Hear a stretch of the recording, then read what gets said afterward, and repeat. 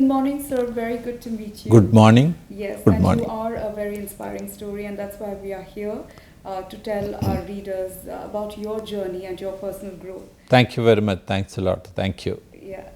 So, sir, do you want to tell us about how you started? Yeah. And how it all started for you? Sure. Way back in 1987. Yeah. Yeah. So the story goes little back. I was teaching there in one of the medical colleges. So I came here, in fact, for raising funds for one of the philanthropic activities there.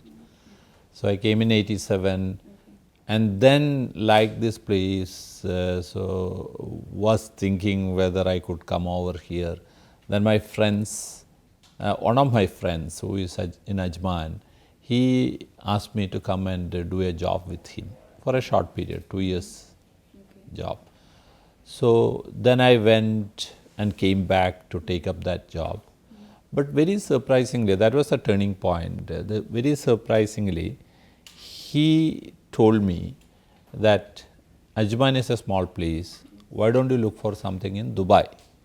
So I was so surprised because and shocked also, because I have never thought about doing something of my own. I had come to take up that job and I wanted to go back because I had a passion in teaching. But he insisted that I should do something in Dubai. So I very strongly and firmly believe that God sometimes, through other people, show you the way. And this is something which has happened like that. So that was the turning point where I came to Dubai and then established a clinic here. That was in 87. Then it's all something which, due to hard work and all, we could make more of clinics, more of pharmacies, and the journey went on like that. So, what was the date you arrived? You set foot here. This was the first for the philanthropic activity. This was in February. Okay. February of 1987. Okay. Then after going back, I came back on June 15th for taking up this job with my friend. Okay. And then once he said that, no, let us look at Dubai, and he in fact helped me financially with contacts and all, and of course many of my other friends and people from my village also helped at that point of time. I didn't have any contact, only my college mates and people like that, not much of relatives and all here. So at that point, that was in June, a heavy summer, and it was something where you always feel like going back. February was fine. So you come in June and find that this is a different place. It is like, you are.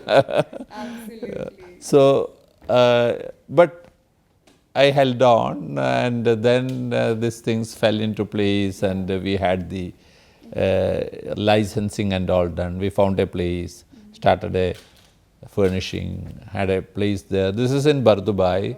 And so when you say philanthropy activity, what was that philanthropy? yeah, activity this is that for you came here raising funds for a mosque in my village.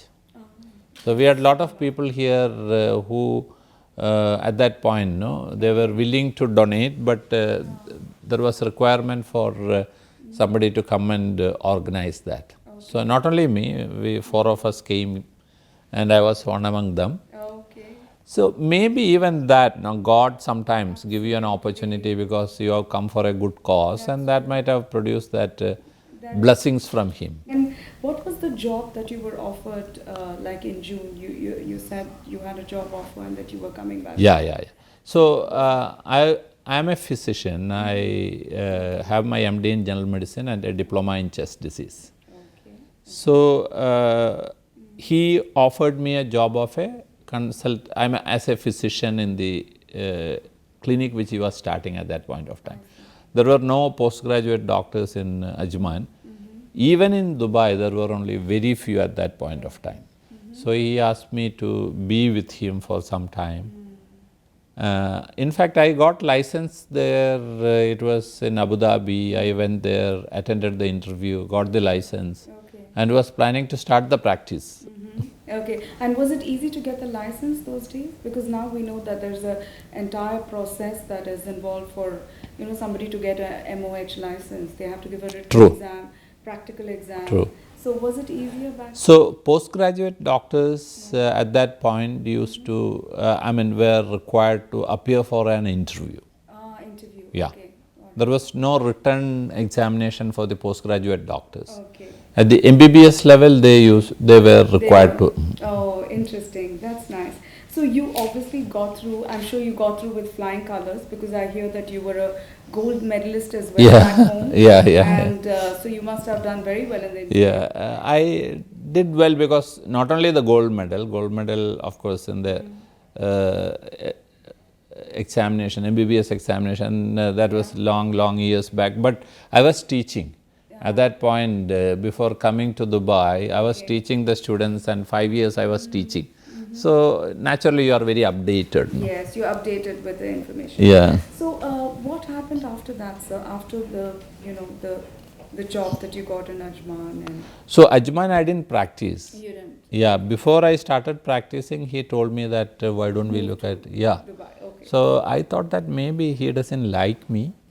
Maybe that he thinks that there is no scope in Ajman and he will lose some money if he employ me. And so all these thoughts were going through my mind. Okay. So Then he very firmly told that Ajman is such a small place. For a postgraduate doctor like you, yeah. I think Dubai will be a much better place. Oh, So he kept on saying that. Okay. See, I mean, we need those guiding lights sometimes. You Yeah, know, yeah, to yeah. just tell us. So and you took his advice and you came to Dubai. Yeah. And what happened, sir? So You started to move. it was like, no, you don't have too many contacts and you don't know what to do. Yeah. So it was difficult at that point of time. But there were few friends who studied in the Arts and Science College, Okay. and there were many people from my village Okay. who were here. So I had met him earlier in February. So those contacts were there. Okay.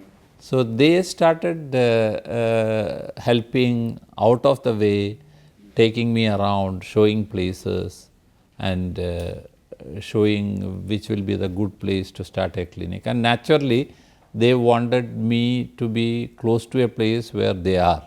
Yeah. So at that point, one of the major activities in Dubai was the Port Rashid. Yes. So the Port Rashid had the largest number of employees. Yeah. There was no Jebel Ali port at that point of time. Correct. So there were significant number of people from my place working in Port Rashid. Okay. So they said that this Bardubai, which is close to Port Rashid, Yes.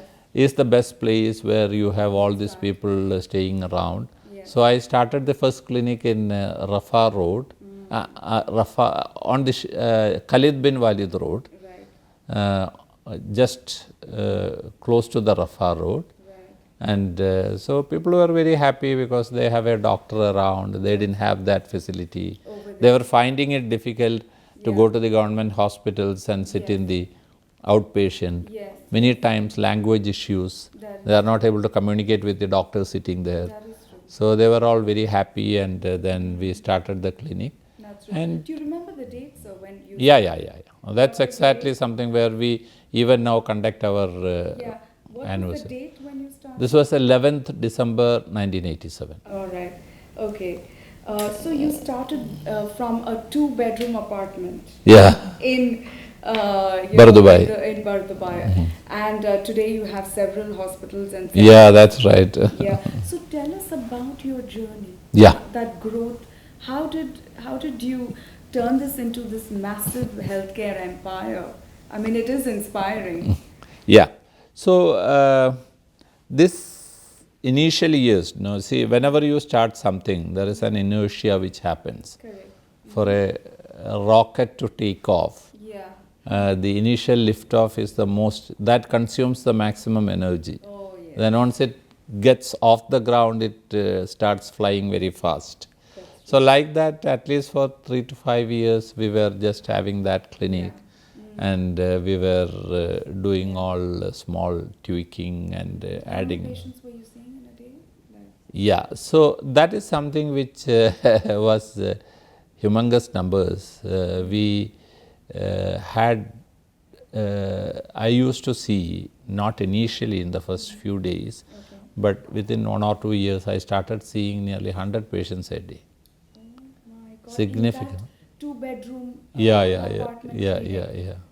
My So I God. used to work from morning In a 8 to night span of 12. how many? I used to work from morning 8 to night 12. Wow. Yeah. Wow. Okay, that's amazing. Hard work does pay off. Yeah. Definitely.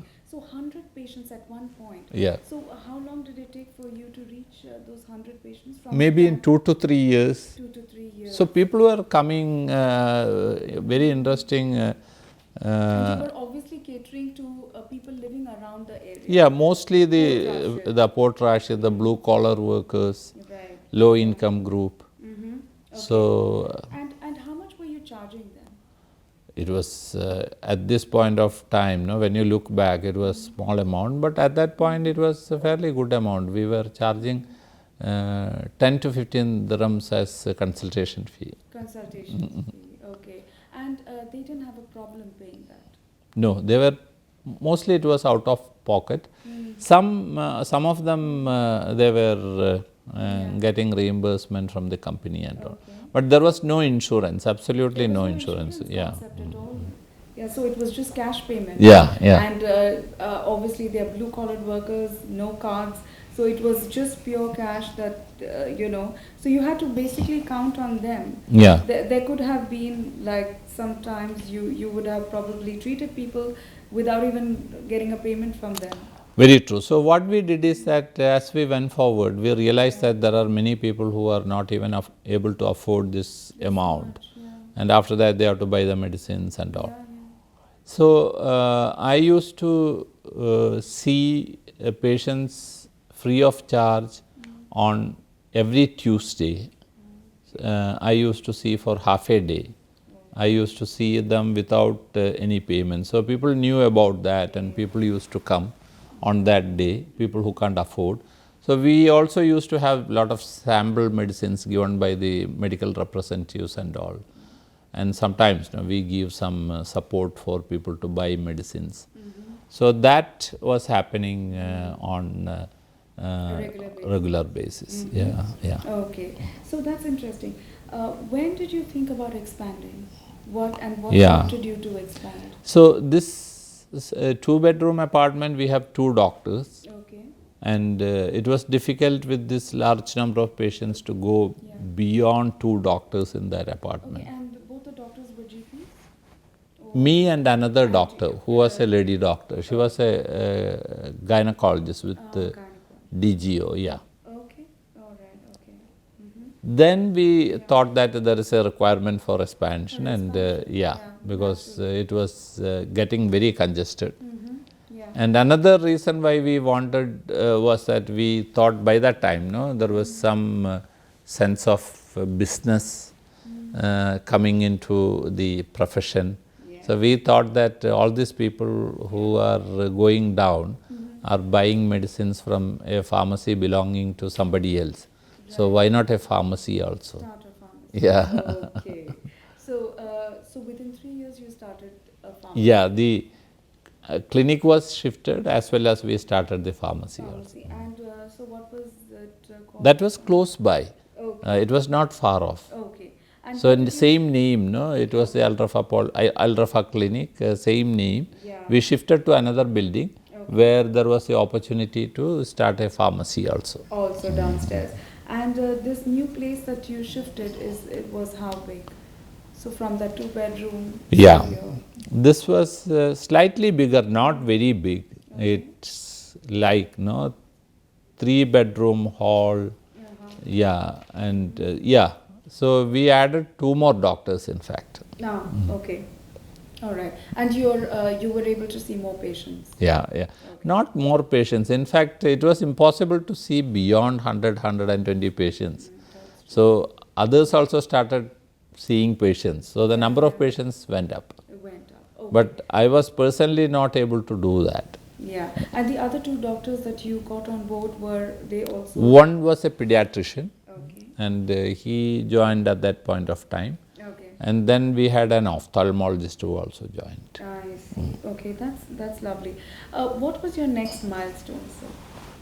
Yeah, so beyond that, we started another clinic. Okay. The So second, Al-Wafa has been primarily the first yeah. for a long time. Okay. So then we started the second clinic. This was in an industrial area. This is in Al Awir. Okay. Yeah. So in Awir, a small clinic, because there was a requirement for a clinic there. There are a large number of industrial population. Okay. Yes. So we started one there along with a pharmacy. Okay. And the third clinic was little bigger, larger, larger as well as by way of specialities also. This was having some USPs. Okay. We started some super specialities there, like gastroenterology, neurology. This was called the Indian Specialist Medical Center. Oh, is it? Okay. Indian Specialist Medical Center. Interesting. Yeah. Very nice. So the next milestone, sir. Yeah. What? So then we started few more clinics. I don't want to go into details of yeah. each one of them. That's The true. next Yeah. milestone was actually the starting of a hospital at Calicut. Oh, nice. And how did that? So this hospital was in Calicut. We started it initially not thinking of profit. It was a requirement in that place from where I came. There were in good hospitals which can provide a comprehensive care.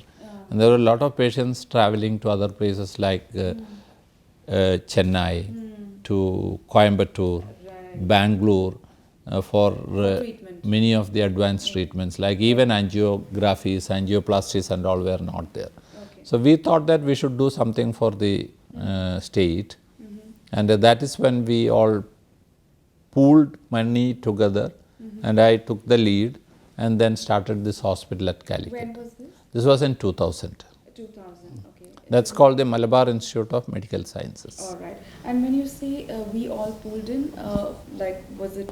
Yeah, this was start ranging from say 10 lakhs to there were people who invested 3 to 4 crores. The total amount collected was 60 crores of rupees. Oh, okay, 60 crores of rupees. And we built a 300 bed hospital. 300 bed hospital. And who came on board with you? Were they? There were many doctors, Okay. other professionals as well as businessmen. Okay. So it was a mixed group of people, not just doctors alone. Okay, so it was a mixed group, and it was entirely initiated by you and. Not entirely. We worked as a team, but I was giving the leadership. Oh. Yeah, so I was there in the front because being a doctor. Yes. And there were other doctors also, but overall, no, I was giving the leadership. Okay, great. And then what happened? That hospital actually became very successful. We made it into a 600 bed hospital after 5 or 6 years. So that's the first hospital in India to be accredited by the National Accreditation Bureau. I see. Standard wise also it was very high. Hi, okay. So this was the first NABH accredited hospital. So beyond that, again there were many hospitals, pharmacies and all which we started. Yeah. And we also started a small hospital here in Dubai. Okay. This was in Bardubai again, close to the Jabal Ali port, to the Rashid port. Okay. This was called the Al Rafa Hospital. Yeah. So that was the first hospital we built in Dubai. Okay. So the large hospital which we, not very large when compared to what we have at Calicut, but in the Dubai standards that was a large hospital. The one we started was the Medcare Hospital, Correct. which is in Al Safa. So that was constructed in 2008. Okay, 2008. Yeah. Okay, interesting. Yeah. So that made two changes. One, we had a large hospital. Second, we were catering to a different group of people. This was the high end, Yeah. the high net worth people, Right. not the blue collar workers or even the family crowd. Right. So this was into that crowd. Okay. So that happened in 2008. 2008. All right.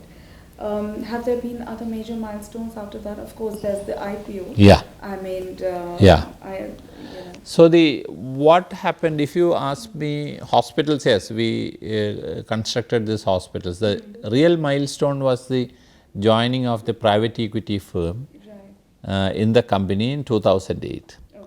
So they taught us a lot of things and how to develop the business, go up further. So that happened during the period of 2008, 2009. 2009. This was by a company called IVF, India Value Fund, Okay. and they are still with us. Okay. Yeah. And they invested money into the company, so we got additional capital. So we could build more clinics, more hospitals. Yeah. And we also actually spend part of that money to buy a land in India in Cochin to build a hospital. Yeah. And in 2012, another private equity firm joined. Okay. That was again bringing in more money. I see. So it was a significant amount of growth in India as well as in GCC with hospitals, clinics and pharmacies during this period from 2008 to 2018. Very well. The company was doing well. Our profits were quite good. Yeah. So just to give you an example, in 2008 when the first private equity firm came on board, Yeah. our valuation was in the range of 100 million US dollars. Okay. That was the valuation which they gave, and they invested 25%. Okay. In 2012, Yeah. when the second private equity firm came, Yeah. the valuation offered by them was 400 million US dollars. So in just 4 years, we had grown 4 times. Yeah. Interesting. So now if you look at our market cap and all, we are listed now. Yes. So we have again grown at that level in the last 5 to 6 years. So what is your current valuation, sir? Current valuation is about, in Indian rupees, about 8,500 crores. We have now compulsory or mandatory insurance.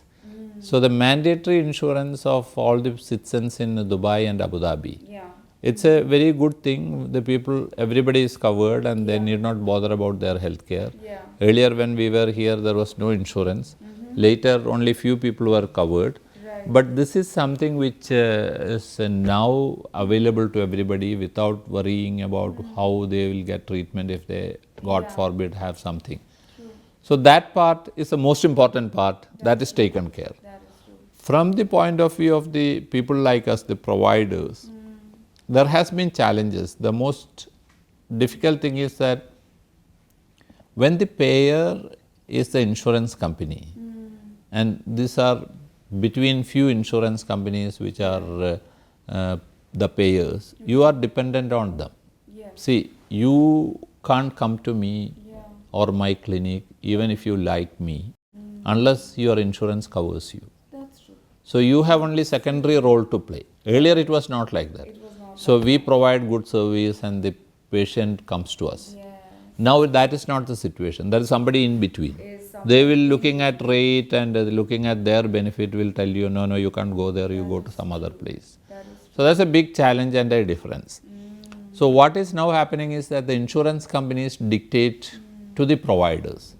See, people like us, there is some benefit, like we have a large size. Yeah. So they can't just ignore us like that. Correct. But smaller players are really struggling because they can't stand up, they can't say anything. Yeah. If they say that, they will be out of the panel and they will lose complete business. They will lose the business. With us, it can be done because of our size. We have clinics, pharmacies, hospitals.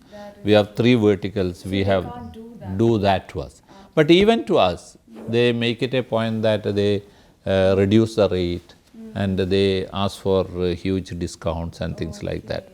So that is a big challenge. So what we do or I do beyond what we said, like as a principle for the business, Yeah. what we do is that whatever profits come, we earmark a part of that profit for helping the poor people and giving them benefit. So I personally have pledged 20% of all my wealth, not my profit, all my wealth for taking care of people. So like that, the organization also is being made in such a way that for them taking care of people who are in need should be one of the important reasons for their existence. That is true. It is not to make profit. Okay, profit will come, it should come, but what we are now doing is that we are focusing a lot of our activities on Aster volunteers. So Aster volunteers is something where large number of people in various ways, it is maybe it is treatment support when somebody requires. Every day we get, I feel so happy, and we have WhatsApp groups which sends in their hospital a patient who didn't have money but almost on the verge of death, being helped by the volunteers by pooling money and hospital giving discount and getting money by crowdfunding and lot of things. So that whole thing is something which gives us pleasure. Now there are things like every day in healthcare you have opportunity to touch the lives of people. So wonderful. On that very wonderful note, so I'd like to conclude this interview. Thank you so much. Thank you very much. Thanks a lot.